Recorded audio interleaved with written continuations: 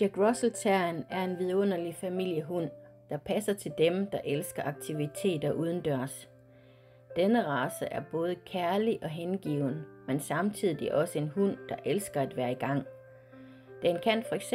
bruges til vandring, rally-o, canicross, agility, men selvfølgelig også skadedyrsbekæmpelse og jagt. Det er ikke en kunst at få en Jack Russell Terrier op i tempo. Derfor er træning i at være ro afgørende fra en tidlig alder. Racen er intelligent og vedholdende, hvilket kræver konsekvent opdragelse. Livet med en Jack Russell Terrier er aldrig kedeligt.